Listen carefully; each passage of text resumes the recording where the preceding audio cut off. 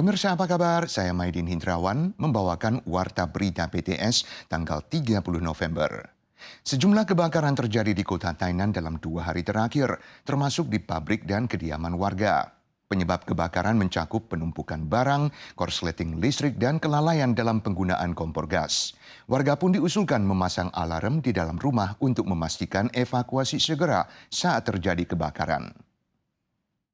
Tanggal 30 pukul 4 pagi, hari masih gelap saat api mendadak berkobar di sebuah restoran di Tainan. Melalui upaya petugas damkar, kebakaran berhasil dikendalikan dan masih untung tidak ada korban luka maupun meninggal. Hitung-hitung total 5 kebakaran skala besar terjadi di Tainan dalam 2 hari terakhir. 3 darinya disebabkan kelalaian penggunaan peralatan listrik dan kompor gas yang merupakan penyebab kebakaran top 3 di kota Tainan. Dinas Damkar mengusulkan dipasangnya alarm di dalam rumah untuk memastikan evakuasi segera pada saat terjadi kebakaran.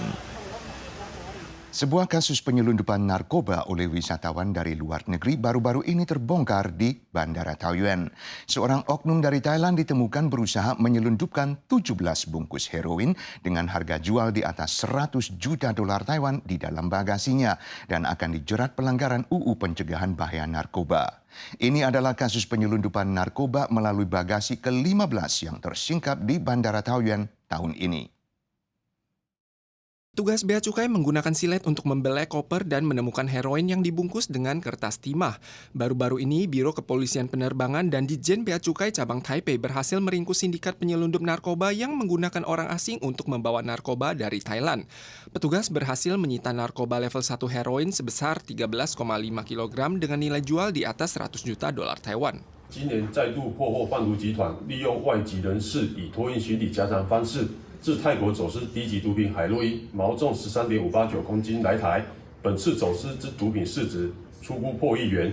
Oknum berkewarganegaraan Thailand ini pernah bekerja sebagai PMA di Taiwan tahun lalu. Setelah kembali ke Thailand, ia menjadi sasaran sindikat penyelundup narkoba.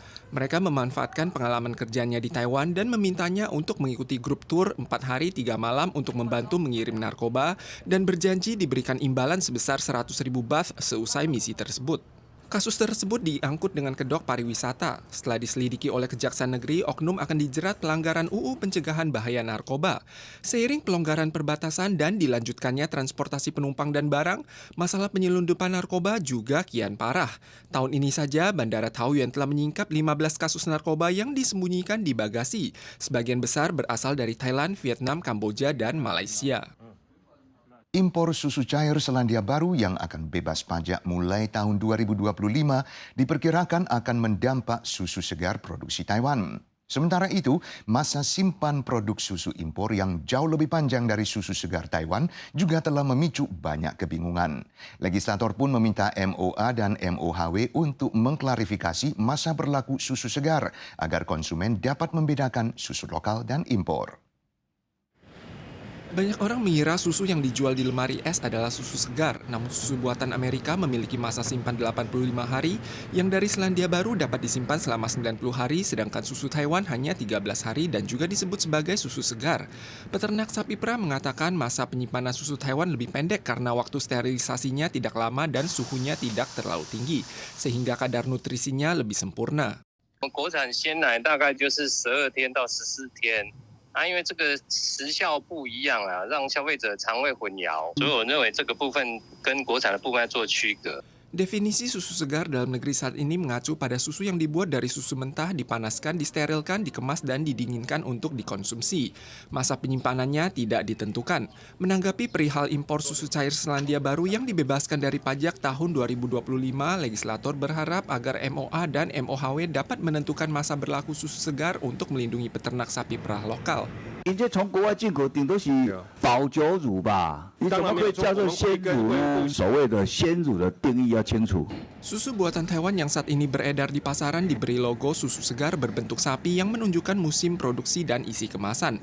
MOA menyatakan saat ini pihaknya sedang berdiskusi dengan peternak sapi perah dan pabrik susu, berharap dapat meluncurkan logo baru agar konsumen dapat mengidentifikasi susu segar buatan Taiwan. Labu zukini dari Eropa sangat populer di Taiwan beberapa tahun terakhir ini. Sayur menyehatkan ini biasanya berbentuk panjang, tapi belakangan ada petani muda Taitung berhasil membudidayakan zukini berbentuk bundar di lahan dataran yang rasanya bahkan lebih renyah dan manis dari zukini biasa. Bunga berwarna kuning bermekaran di screenhouse ini. Di bawahnya terlihat buah bundar berwarna hijau. Ini bukan buahan, melainkan sayuran langka di Taiwan yang dikenal sebagai zukini. Bedanya adalah bentuknya yang bukan lagi memanjang, melainkan bundar. Rasanya lebih renyah dan manis dan kebanyakan tumbuh di pegunungan. Belakangan ada petani di desa Luye, Taitung yang berhasil membudidayakan zukini bundar ini di screenhouse di daerah dataran.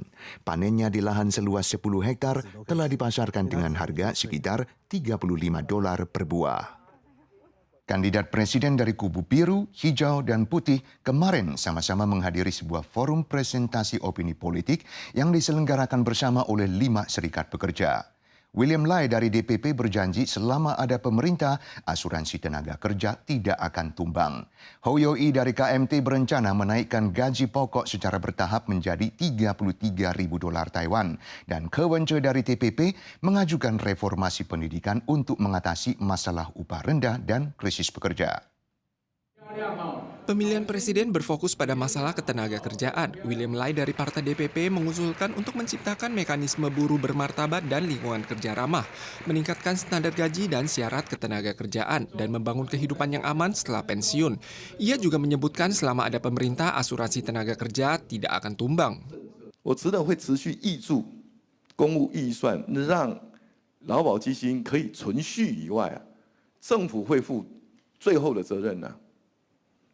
换句话说，只要政府在，劳保基金就不会倒。 Ho Yo-i dari Partai KMT menegaskan setelah terpilih gaji pokok akan dinaikkan menjadi $33.000.